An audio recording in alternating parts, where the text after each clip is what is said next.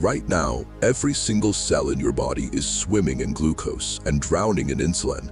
It is a state of constant biological overload that acts as a slow, silent poison, and most of us have no idea it is happening. At a cellular level, your system is begging for a break. It is overwhelmed by the sheer volume of fuel it is being forced to process without a moment of relief. The source of this crisis is a single number, 15. This diagram shows the average window of time a person spends eating every single day, leaving only a tiny fraction of the clock for recovery. From that first bite of breakfast to the final snack before bed, your digestive system is locked in a state of perpetual labor, never allowed to stop for a single meaningful moment. This relentless 15-hour cycle deprives your cells of the biological rest they require to function. The alternative is a total reversal of that clock, compressing all food intake into an 8-hour window and allowing the body to fast for the remaining 16. To many, 16 hours without food sounds like a recipe for starvation. Medical researchers actually describe these 16 hours of silence as one of the most powerful metabolic resets available to a human being. During this window, your liver changes and your brain begins producing entirely new molecules. Your fat cells physically shrink, and deep inside your cells, a recycling system that has been dormant for years suddenly switches back on. At hour 14, a specific signal travels from your gut to your brain, a message that may explain the sudden surge of mental clarity and focus reported by those who try this protocol. To understand that hour 14 signal, we first have to map exactly what happens inside the body from the very first minute. The clock begins the second you swallow your last bite of food, and the fast officially starts. For the first 1 to 2 hours, your internal systems are completely unaware of the change. Your body assumes the usual supply of energy is still available. Your stomach remains in high gear, with enzymes slicing through proteins and bile dissolving dietary fats from that final meal. This creates a predictable hormonal spike. As blood sugar climbs, your pancreas pumps out a surge of insulin to manage the incoming energy. Biologists call this the fed state, a mandatory mode where the body focuses entirely on storage and processing rather than repair. In the fed state, your body is looking for a place to put every calorie that isn't needed for immediate movement. As shown in this liver schematic, the body first packs unneeded glucose into the liver and muscles as glycogen, stacking molecules until the tissue reaches its physical limit. Once full, excess energy is converted into triglycerides and shipped off to your fat cells. Evolution designed this system for a world where food was scarce, guaranteeing that humans could survive for days or weeks without a successful hunt. But because food is never scarce in the modern world, this survival mechanism is trapped in an endless loop, constantly packing away energy and never being forced to drain the reserves. That cycle begins to break down at hour 3. This line graph captures the shift. As the influx of food stops, circulating insulin and blood sugar begin a steep, synchronized decline. This drop signals the start of the post-absorptive state, a transition zone moving away from storage mode. Your cells are now hunting down the final remaining traces of glucose floating in your bloodstream. The cells begin retracting their receptor ports and powering down external activity, waiting for a delivery of energy that is usually just moments away. But that delivery has been stopped for another 13 hours. This moment of total internal silence and resource deprivation is the exact trigger point where the body finally shifts its entire metabolic priority. 4 hours after your last meal, your body appears completely still from the outside, but internally, a countdown has begun. As the liver detects that no new nutrients are arriving, it begins tapping into its internal reserves to maintain your blood sugar levels. This process is glycogenolysis. The liver converts stored glycogen back into glucose, releasing a steady stream of energy into your bloodstream. An average adult stores 80 to 100 grams of glycogen in their liver, roughly 400 calories. Those reserves are surprisingly thin. Your brain alone consumes 120 calories a day just sitting still. While you feel perfectly normal at this stage, your metabolism is burning through a strictly finite supply of fuel. Glycogen is a temporary stalling tactic. Within hours, the body will be forced to overhaul its entire metabolic strategy to stay powered. By hour 8, the liver's glycogen reserves are running low, forcing a shift in where your energy comes from. Your body enters a state called lipolysis. Billions of fat cells across the body open up, pouring fatty acids into your bloodstream. The liver captures these fatty acids and refines them into ketone bodies, an ancient emergency fuel source the human body has carried for millennia. These ketones cross the blood-brain barrier to feed your neurons directly, stepping in to pick up the slack as glucose levels fade. Data from the National Institutes of Health shows that ketone metabolism produces fewer reactive oxygen species, the damaging byproducts of energy production. Ketones are essentially a cleaner fuel source. The exhaustion of your primary fuel reserves triggers a biological upgrade to a significantly cleaner energy source. By hour 12, your insulin levels plummet to their lowest point of the day. High insulin levels keep the body in a state of building and storing. As those levels drop, the signals for cell division and growth go silent, allowing the body to pivot toward internal maintenance. This drop in insulin activates a deep cleaning protocol called autophagy. It is the body's internal recycling program. Cells begin scanning for damaged components, broken mitochondria, misfolded proteins, and decaying membranes, tagging them for disposal. These trash components are sent to lysosomes, which act as cellular stomachs.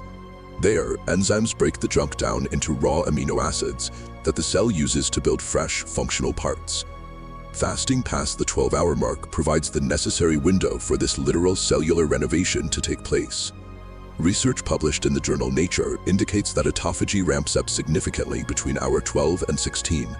This is the biological sweet spot for repair. This internal cleanup reaches deep into the brain, initiating a purge of cellular waste within your neurons. Neurons dissolve toxic protein clumps along their communication pathways. The National Institute on Aging links these specific protein aggregates to long-term cognitive decline. When this cleanup is interrupted or skipped, you may experience that heavy, sluggish sensation of waking up with brain fog. That feeling of thinking through wet cement is often the result of a neural network that hasn't had the time to clear its own debris. Your morning cognitive clarity is determined by more than just sleep. It depends on giving the body enough time to finish its essential overnight maintenance. By day 7 of consistent 16-hour fasting, biological changes are measurable in blood work and on the bathroom scale. This chart shows the average weight loss observed in a meta-analysis published in Obesity Reviews. Subjects who restricted eating to an 8-hour window lost 3 to 5% of their body weight over 8 to 12 weeks, without intentionally changing their calorie intake. Body composition scans indicate that this weight loss specifically targets visceral fat, the deep adipose tissue that wraps around the internal organs. Visceral fat functions as a metabolically active organ, pumping out inflammatory molecules called cytokines that circulate through the system and damage blood vessel walls. These cytokines interfere with insulin signaling, which increases the long-term risk of metabolic syndrome. Reducing this visceral fat lowers systemic inflammation, creating the environment necessary for cellular repair to begin. By week 2, fasting blood sugar levels begin to stabilize. Research in cell metabolism showed that 4 weeks of daily fasting improves insulin sensitivity. Cells begin responding to insulin as they were designed to, facilitating the transfer of energy from the bloodstream. Because cells are more sensitive, the pancreas stops overproducing insulin.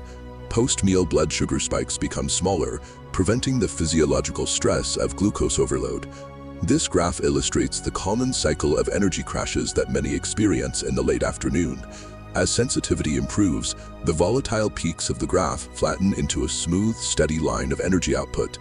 With inflammation reduced and insulin stabilized, the body transitions from managing sugar crises to a state of baseline metabolic efficiency.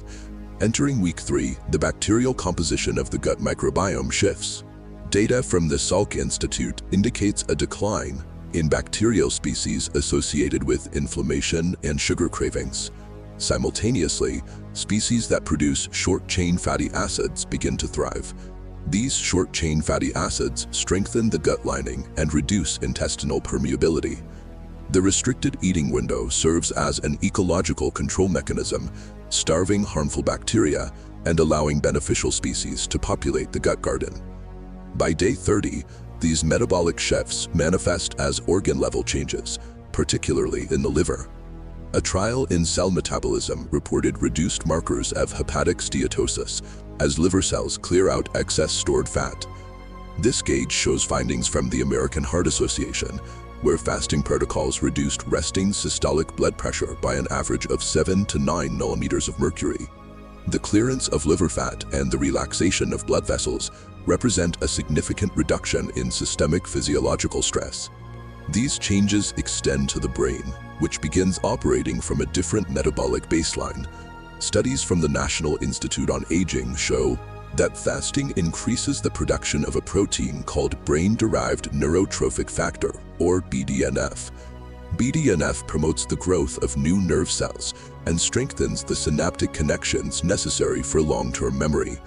This growth correlates with improved focus, better mood stability, and reduced afternoon and cognitive fatigue. This cumulative process constitutes a systemic renovation of the body's biological architecture, driven from the inside out. Before you set a timer and skip your next 3 meals, we need a baseline. 16-hour fasting is a potent biological intervention, but its efficacy is governed by strict physiological requirements and safety boundaries. The very first reality is the hunger. The initial 3 to 5 days of a restricted eating window are physically demanding. Your body has spent years expecting caloric intake at very specific, established times. This chart tracks ghrelin, your appetite hormone. It spikes at 7 a.m. based on your habits, triggering hunger whether you need food or not. But after 1 week of fasting, these patterns recalibrate. The hormone peak shifts to align with your new eating window. The physical sensation of hunger doesn't vanish, it simply updates to match the new protocol. The second reality is that extended fasting is not appropriate for every physiology. Pregnant or breastfeeding individuals should avoid it entirely. Similarly, anyone with a history of eating disorders needs strict clinical supervision. For those managing type 1 diabetes or taking glucose-lowering medications, altering eating patterns carries severe risks, as fasting can cause sudden, dangerous drops in blood sugar when combined with certain drugs. Children and teenagers must be excluded. Caloric restriction during development causes lasting metabolic and hormonal disruption. Fasting is a profound biological stressor. Safely absorbing that physical stress requires a fully developed, entirely hormonally stable baseline. The third reality occurs when you finally eat. The specific composition of the food consumed during your 8-hour window dictates the success of the protocol. Fasting for 16 hours only to break that fast with processed foods, refined sugars, and seed oils negates the primary benefits. Success requires a diet centered on whole foods, lean proteins, and healthy fats. The research-backed results of this practice, accelerated fat loss, improved insulin sensitivity, and the activation of autophagy, were observed in populations eating whole foods. Fasting acts strictly as a biological amplifier of your diet quality. It is not a replacement for high-quality nutrition. This advantage is an acceleration of fat oxidation, as the body is forced to utilize stored fat for energy. Looking at this dual-axis chart, the conflict is clear. While the fat oxidation rate trends upward, your glycogen stores, the primary fuel for high-intensity output, are rapidly depleted. Once these stores are gone, peak performance drops. Because of this drop-off, sports nutrition researchers recommend that strength athletes and high-intensity competitors time their most demanding training close to or within their eating window. The timing of the fast must be weighed against your specific energy demands and athletic requirements. But for those who push through the initial adaptation, a significant shift occurs right around the 14-hour mark. At this stage, the gut begins producing elevated levels of a molecule called ghrelin acylated peptide. Rather than triggering stomach hunger, this molecule travels upward. It crosses the blood-brain barrier and binds to receptors in the hippocampus, the region of the brain responsible for learning and memory. Research published in the journal Cell Reports found that this interaction stimulates hippocampal neurogenesis. This is the physical birth of brand new brain cells. The discomfort felt at hour 14 is not a starvation warning, it is a growth signal, the physical sensation of the brain rebuilding itself. A 16-hour fast is a biological reset rather than a form of deprivation. Human physiology has been engineered to perform this cycle for hundreds of thousands of years. Modern life simply made us forget how to use the switch. This is general education, not medical advice. Every body is different, and you should consult a qualified clinician before altering your eating patterns. If these insights into eating windows changed your perspective, subscribe. We are only beginning to map the extent of these cellular pathways.